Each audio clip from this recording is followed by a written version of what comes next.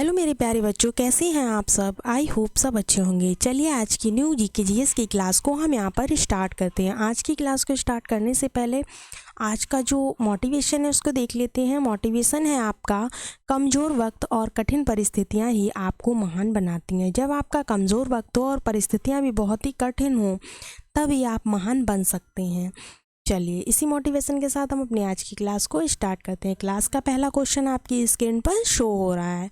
I hope सबको screen एकदम clear दिखाई दे रही होगी, वॉइस भी एकदम क्लियर होगी। कोई भी प्रॉब्लम हो तो आप कमेंट बॉक्स में कमेंट कर सकते हैं। चलिए पहला क्वेश्चन देखते हैं। भारतीय राज्य, यहाँ पर बात की जा रही भारतीय राज्यों में। 1 मिनट पेन का कलर चेंज कर लेती हूँ।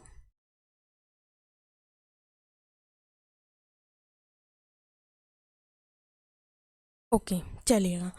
भारतीय राज्यों में सर्वाधिक जनसंख्या है। पूछा जा रहा है कि भारतीय राज्यों में सबसे ज़्यादा जो जनजातीय जनसंख्या है वो कहाँ पर है। मतलब कि जनजातीय लोग जो हैं वो सबसे ज़्यादा भारतीय राज्यों में किस राज्य में पाए जाते हैं। तो ऑप्शन आपको दिए जा रहे हैं असम एवं त्रिपुरा में, केरल एवं तमिलनाडु में, नेक्स्ट है मध्य प्रदेश एवं छत्तीसगढ़ में, आपका नेक्स्ट है उत्तर प्रदेश एवं उत्तराखंड में। तो देखिएगा बच्चों, यहाँ पर 4 ऑप्शन दिए गए। चारों में से आपको बहुत अच्छे से क्लियर होगा। अभी पिछली क्लासेस में भी हमने जनजाति से संबंधित कुछ क्वेश्चंस को उठाया था, तो अगर आपने पिछली क्लास देखी होगी तो आपको बहुत अच्छे से पता होगा कि सबसे ज़्यादा जो जनजातीय समूह है वो आपका मध्य प्रदेश में पाया जाता है। कहाँ पाया जाता है? मध्य प्रदेश एवं छत्तीसगढ़ में। ठीक है, चलिए नेक्स्ट देख लेते हैं। इसके बारे में थोड़ी डिटेल देख लेते हैं। 2011 में जो जनगणना हुई थी, 2011 की जनगणना के अनुसार भील जनजाति, भील जो भारत की सबसे बड़ा आदिवासी समूह है। कौन सा सबसे बड़ा आदिवासी समूह है? भील। हमने आपको पिछली क्लास में ही बताया था। वे भारत की कुल अनुसूचित जनजाति आबादी का लगभग 38% है। कितना? 38%। भील जनजाति जो है वो महाराष्ट्र, छत्तीसगढ़, गुजरात, राजस्थान, मध्य प्रदेश के साथ साथ त्रिपुरा में भी पाई जाती है। देखिए आपको वहाँ पर 2 ऑप्शन दिए गए थे। अगर आपको वो 2 ऑप्शन ना मिले और अगर आपको एक्स्ट्रा ऑप्शंस मिल जाएँ तो आपको बिल्कुल भी कंफ्यूज नहीं होना है। यहाँ पर आपको सारे ऑप्शन दे दिए गए, तो अच्छे से याद रखिएगा। तो भील जनजाति जो महाराष्ट्र, छत्तीसगढ़, गुजरात, राजस्थान और मध्य प्रदेश के साथ साथ त्रिपुरा में भी पाई जाती है। इस जनजाति द्वारा जो भाषा बोली जाती है वो भी भील भाषा होती है। कौन सी होती है? भील। लेकिन ये लोग जो है ना मराठी और गुजराती जैसी भाषाएं भी बोल सकते हैं। ठीक है, कौन कौन सी बोल सकते हैं? मराठी और गुजराती। देखिएगा बच्चों, जो भी अंडरलाइन हम यहाँ पर करते हैं उसको आपको बहुत अच्छे से रिवीजन करना। अंडरलाइन हम उसी मेन पॉइंट पर करते हैं जो आपके एग्जाम के लिए इम्पोर्टेंट रहती है। चलिए नेक्स्ट क्वेश्चन देख लेते हैं। अगला क्वेश्चन हमारा क्या कह रहा है? नेक्स्ट क्वेश्चन जो है वो आपका कूट पर संबंधित है। ठीक है, देखिए भारत में निम्नलिखित राज्यों को नगरीकरण की दृष्टि से अवरोही क्रम में व्यवस्थित करना। लीजिए बहुत ही अच्छी चीज़ है, नगरीकरण के माध्यम से करना है आपको अवरोही क्रम में। ठीक है, तो देखिए आपको ऑप्शंस में दिया जा रहा है पश्चिम बंगाल, तमिलनाडु, महाराष्ट्र और गुजरात। चारों को अवरोही क्रम में लगाना है। तो देखिए क्रम में लगाने के लिए आपको यहाँ पर क्रमांक दिए गए हैं। पहले ऑप्शन में आपको पहला, दूसरा, तीसरा, चौथा यानी कि चारों सीरियल से दिए हैं। दूसरे ऑप्शन में आपको 2 3 4 1 और नेक्स्ट सी ऑप्शन में आपको 3 4 2 1, नेक्स्ट में है आपका 4 3 2 1। तो बताइएगा इन चारों में से आपका जो कूट है वो कौन सा सही हो जाएगा। तो देखिए अवरोही क्रम में लगाने में सबसे पहले आपका क्या आएगा? तमिलनाडु आएगा। कौन सा आएगा? तमिलनाडु। तो देख लीजिएगा दूसरा नंबर किस में है? Option B. बस आपको एक ऑप्शन अगर पता होता है ना तो सारा आंसर आपका ठीक हो जाता है। तीसरे नंबर पर आपका नेक्स्ट आएगा महाराष्ट्र, उसके बाद आपका आएगा गुजरात और सबसे बाद में आएगा पश्चिम बंगाल। चलिए नेक्स्ट क्वेश्चन देख लेते हैं। अगला क्वेश्चन हमारा है भारत ने नई राष्ट्रीय जनसंख्या नीति कब अपनाई थी। बहुत ही अच्छा क्वेश्चन है। भारत ने नई राष्ट्रीय जनसंख्या नीति कब अपनाई थी? तो देखिए 1990 में, 1995 में या फिर 2000 में या फिर 2005 में। देखिए ये सभी को पता होना चाहिए कि भारत ने जो नई राष्ट्रीय जनसंख्या नीति अपनाई थी वो आपकी अपनाई थी 2000 में अपनाई थी। कब अपनाई थी? सन 2000 में। चलिए इसके बारे में थोड़ा जान लेते हैं। देखिएगा, राष्ट्रीय जनसंख्या नीति जिसे वर्ष 2000 में अपनाया गया। कब अपनाया गया? 2000 में। एक ही समय में गर्भपात, मातृ स्वास्थ्य और बाल अस्तित्व को संबंधित करके स्वैच्छिक और सूचित विकल्प, लक्ष्य मुक्त रणनीति और प्रतिस्थापन उर्वरता की सरकार की प्रतिबद्धता की पुष्टि करता है। देखिए, कहा जा रहा है यहाँ पर कि भारतीय जो राष्ट्रीय जनसंख्या नीति है उसके अंतर्गत आपके कौन कौन से काम आते हैं। तो देखिए, उसके अंतर्गत आता है आपका गर्भपात, मातृ स्वास्थ्य और बाल अस्तित्व को ध्यान में रखते हुए स्वैच्छिक और सूचित विकल्पों के लिए लक्ष्य मुक्ति रणनीति और प्रतिस्थापन उर्वरता के लिए सरकार ने इसको जो है ना पुष्टि किया था। ठीक है, चलिए नेक्स्ट क्वेश्चन देख लेते हैं। अगला क्वेश्चन हमारा है, भारत में नगरीय केंद्रों की वर्गीकरण संख्या क्या है? पूछा जा रहा है भारत में जो नगरीय केंद्र हैं, केंद्रों की वर्गीकरण संख्या पूछी जा रही है। तो देखिए, 4 होगी, 7 होगी, 5 होगी या फिर आपकी 6 होगी। तो चारों में से जो आपका सही आंसर हो जाएगा वो हो जाएगा ऑप्शन डी, 6 है। भारत में जो नगरीय केंद्रों की वर्गीकरण की संख्या है वो कितनी है? 6 है। नेक्स्ट क्वेश्चन की तरफ बढ़ते हैं। अगला क्वेश्चन देख लेते हैं। निम्नलिखित राज्यों में से वह कौन सा है जहां अनुसूचित श्रेणी में कोई जनजाति आबादी नहीं रखी गई है? क्वेश्चन पूछ रहा है आपसे, निम्नलिखित जो यहाँ पर 4 राज्य दिखाई दे रहे हैं आपको, केरल, पंजाब, अरुणाचल प्रदेश और पश्चिम बंगाल, इनमें वह कौन सा है जहाँ अनुसूचित श्रेणी में कोई जनजाति आबादी नहीं रखी गई है? ऑप्शन दोबारा से देख लेते हैं। केरल है, पंजाब है, अरुणाचल प्रदेश है और पश्चिम बंगाल है। तो बताइएगा कौन सा सही हो जाएगा। तो देखिएगा, जो यहाँ पर अनुसूचित श्रेणी में कोई भी जनजाति जहाँ नहीं रखी गई है वो आपका कौन सा हो जाएगा? वो हो जाएगा आपका पंजाब। क्या हो जाएगा? पंजाब हो जाएगा। चलिए नेक्स्ट देख लेते हैं। नेक्स्ट क्वेश्चन हमारा है, भारत के निम्नलिखित में से किस राज्य में उसकी कुल आबादी में अनुसूचित जनजातियों की आबादी की प्रतिशत अधिकतम है? पूछा जा रहा है भारत के निम्नलिखित में से किस राज्य में, कौन सा वह राज्य है जिसमें उसकी कुल आबादी में अनुसूचित जनजाति की आबादी की प्रतिशतता अधिक है। ठीक है, तो देखिए, अरुणाचल प्रदेश है, नागालैंड है, मेघालय है या फिर मिजोरम है। क्वेश्चन में आपसे पूछा क्या जा रहा है, अच्छे से समझ लेते हैं। देखिए, भारत के निम्नलिखित में से किस राज्य में, यहाँ पर 4 राज्य दिए जा रहे हैं। पूछा जा रहा है इन राज्यों में से कौन सा वो राज्य है जिसमें उसकी कुल आबादी में अनुसूचित जनजातियों की आबादी की प्रतिशतता जो है सबसे ज़्यादा अधिक है। जितने लोग हैं उसमें सबसे ज़्यादा अनुसूचित जनजाति के लोग हैं। तो यहाँ पर चारों ऑप्शन में से आपका कौन सा ऑप्शन ठीक हो जाएगा? तो देखिए, ऑप्शन आपका ठीक हो जाएगा डी, मिज़ोरम। मिज़ोरम एक ऐसा मतलब राज्य है जहाँ पर उसकी जनसंख्या के हिसाब से सबसे ज़्यादा जो है अनुसूचित जनजातियाँ निवास करती हैं। चलिएगा नेक्स्ट देख लेते हैं। जनसंख्या के संदर्भ में निम्न वर्षों में से किस एक को महान विभाजक का वर्ष कहा गया है? यहाँ पर आपको 4 ऑप्शन में 4 वर्ष दिए जा रहे हैं। पूछा जा रहा है महान विभाजन का वर्ष किसे कहा गया है? जिसके पश्चात भारत की जनसंख्या में निरंतर त्वरित वृद्धि दर्ज की गई है। मतलब कि उस वर्ष के बाद जो है ना भारत की जनसंख्या कभी घटी नहीं है बल्कि हर बार बढ़ती ही गई है। तो वो वर्ष कौन सा है जिसको महान विभाजन का वर्ष कहा जाता है? ऑप्शन में दिया है 1911 है, 1921 है, 1941 है या फिर आपका 1951 है। देखिएगा, इस क्वेश्चन का जो सही आंसर हो जाएगा वो हो जाएगा आपका ऑप्शन बी, 1921। कौन सा ठीक हो जाएगा? 1921 आपका बिल्कुल राइट आंसर है। चलिए नेक्स्ट देख लेते हैं। वर्ष 1921 को वर्ष जनसांख्यिकी विभाजन के रूप में भी जाना जाता है। आपसे क्वेश्चन में ये भी पूछा जा सकता है कि जनसांख्यिकी विभाजन दिवस मतलब किस वर्ष को मनाया गया है? तो 1921 को, क्योंकि यह एकमात्र जनगणना वर्ष है। कौन सा वर्ष है? जनगणना वर्ष। जब जनसंख्या वृद्धि में कमी आई थी 1921 के बाद जनसंख्या में निरंतर वृद्धि की प्रवृत्ति ही हो रही है। मतलब कि इस साल के बाद से जनसंख्या बढ़ती ही चली जा रही है। चलिए नेक्स्ट क्वेश्चन देख लेते हैं। अगला क्वेश्चन हमारा है, निम्नलिखित संघ राज्य क्षेत्रों में से किस एक में महिला साक्षरता दर सर्वोच्च है? क्वेश्चन पूछ रहा है कि निम्नलिखित संघ राज्य क्षेत्रों में से किस एक में महिला साक्षरता दर सर्वोच्च है?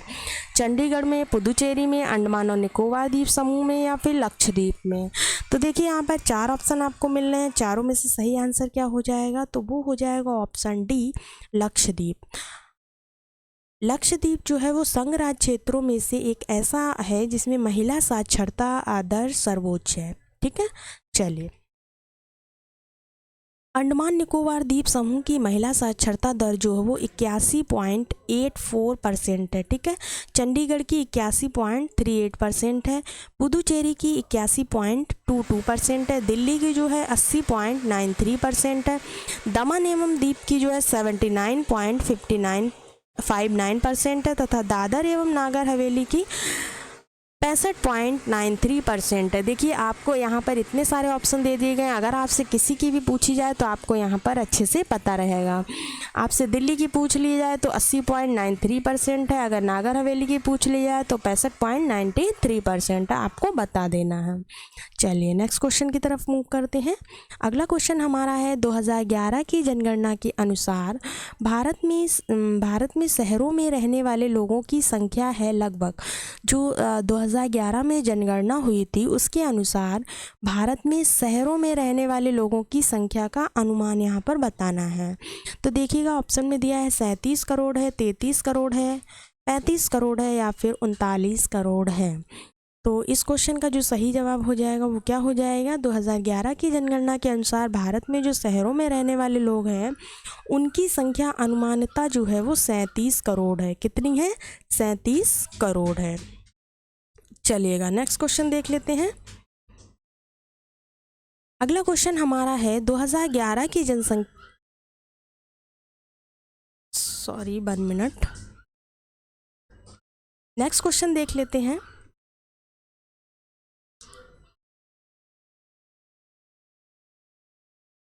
अगला क्वेश्चन हमारा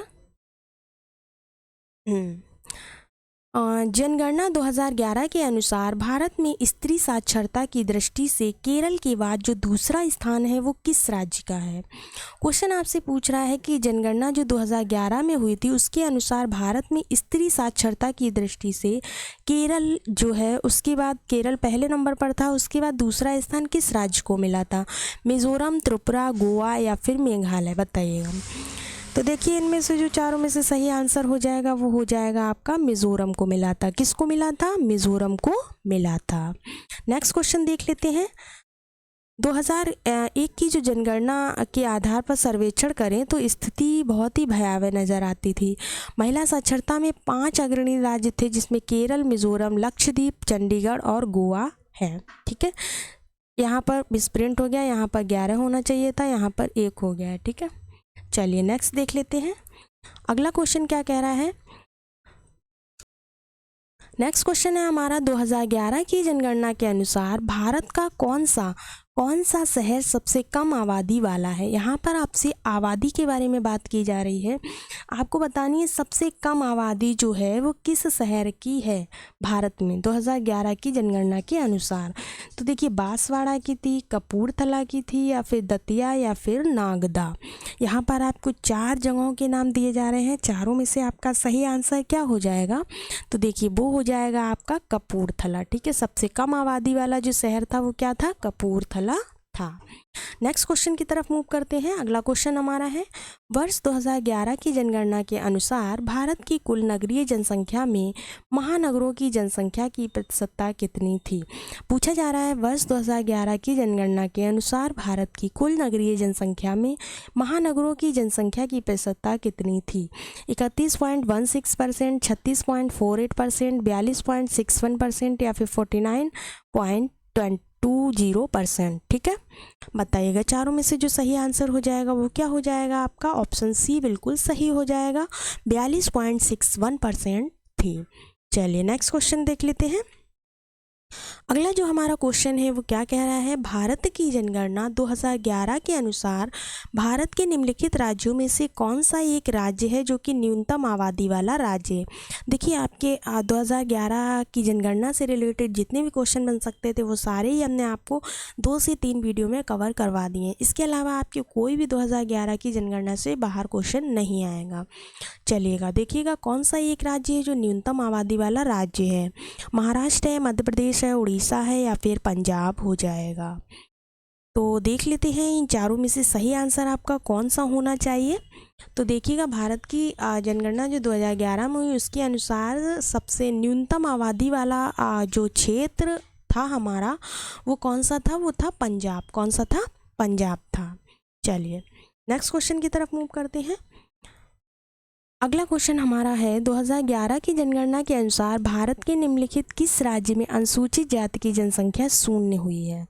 यहाँ पर अब बिल्कुल ही शून्य की बात की जा रही है, ठीक है। केरल है, नागालैंड है, सिक्किम है या फिर असम है। 4 राज्य यहाँ पर दिए जा रहे हैं। आपसे पूछा जा रहा है कि भारत का वह कौन सा राज्य है जिसमें अनुसूचित जाति की जनसंख्या शून्य थी? कब? 2011 की जनगणना में, ठीक है। तो वो कौन सा राज्य था? वो था आपका नागालैंड। कौन सा था? नागालैंड था। चलिए नेक्स्ट देख लेते हैं। 2011 की जनगणना के अनुसार पंजाब हो गया, हरियाणा हो गया, चंडीगढ़ हो गया, दिल्ली और नागालैंड हो गया, पुदुचेरी में अनुसूचित जनजातियों की कोई भी आबादी नहीं थी, लेकिन आजकल है, ठीक है। चलिए नेक्स्ट देख लेते हैं। नेक्स्ट क्वेश्चन है हमारा 2011 की जनगणना के अनुसार निम्नलिखित राज्यों में से किसमें नगरीकरण का स्तर सबसे भिन्न था? मतलब सबसे ज़्यादा निम्न था नगरीकरण का। आंध्र प्रदेश में, हरियाणा में, मिजोरम में, पश्चिम बंगाल में।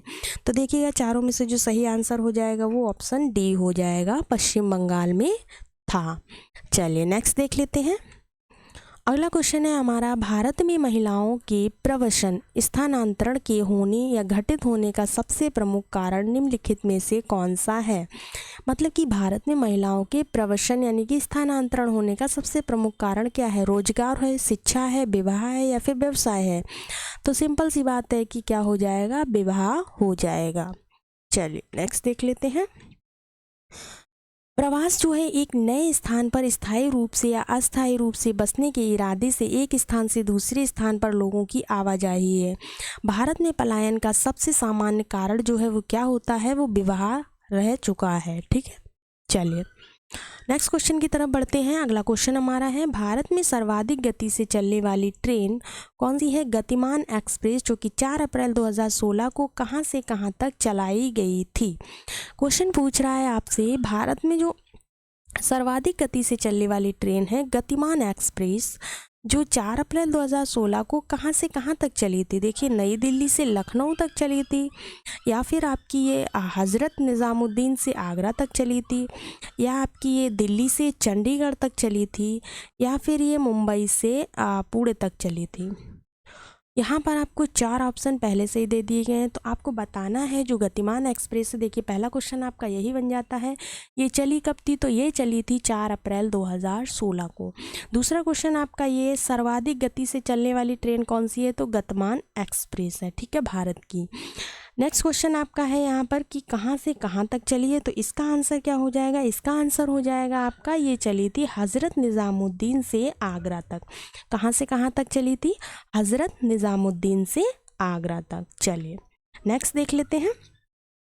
देखिएगा, गतिमान एक्सप्रेस जो है वंदे भारत ट्रेनों के संचालन से पहले गतिमान एक्सप्रेस देश की सबसे तेज़ गति से चलने वाली ट्रेन मानी जाती थी। लेकिन अब जो है ना, इसकी स्पीड कितनी थी? 160 किलोमीटर प्रति घंटे थी। शुरुआत से इस ट्रेन को हज़रत निज़ामुद्दीन से आगरा के छावनी स्टेशन के बीच चलाया गया, लेकिन बाद में इस ट्रेन को आगरा से बढ़ाकर झांसी तक कर दिया गया। गतिमान एक्सप्रेस के बारे में इतनी ही डिटेल जानकारी आपसे पूछी जाती है, जो हमने यहाँ पर बता दी है। और देखिएगा, आजकल जो है वो वंदे भारत गतिमान एक्सप्रेस से भी ज़्यादा तेज चलने वाली ट्रेन हो गई है। चलिए नेक्स्ट देख लेते हैं।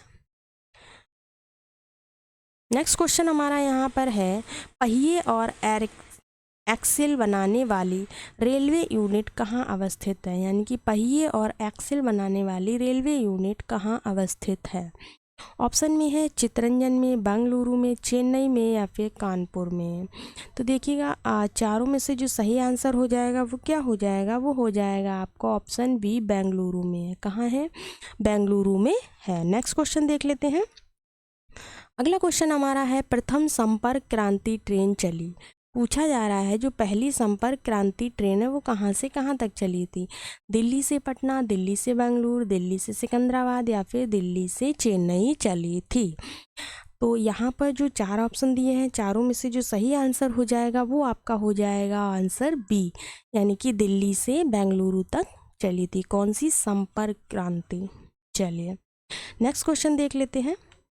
अगला क्वेश्चन हमारा है, पहली उदय एक्सप्रेस ट्रेन किन स्टेशनों के बीच चली गई थी? क्वेश्चन पूछ रहा है कि पहली जो उदय एक्सप्रेस ट्रेन थी वो किन स्टेशंस के बीच चली थी? दिल्ली और कालका के बीच चली थी, बेंगलुरु और कोयम्बटूर के बीच चली थी, चेन्नई और विशाखापत्तनम के बीच चली थी, या फिर चेन्नई और बेंगलुरु के बीच चली थी? देखिएगा बहुत अच्छा क्वेश्चन है। यहाँ पर देखिए उदय एक्सप्रेस ट्रेन जो है वो किन किन के बीच चली थी, तो वो चली थी आपकी, ऑप्शन भी सही हो जाएगा, बेंगलुरु और कोयम्बटूर तक चली थी, बेंगलुरु से कोयम्बटूर तक।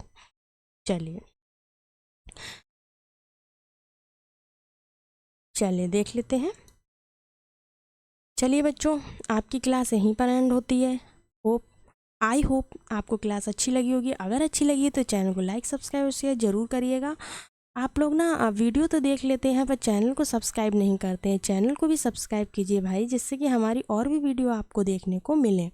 चलिए मिलते हैं नेक्स्ट वीडियो में, तब तक के लिए बाय बाय।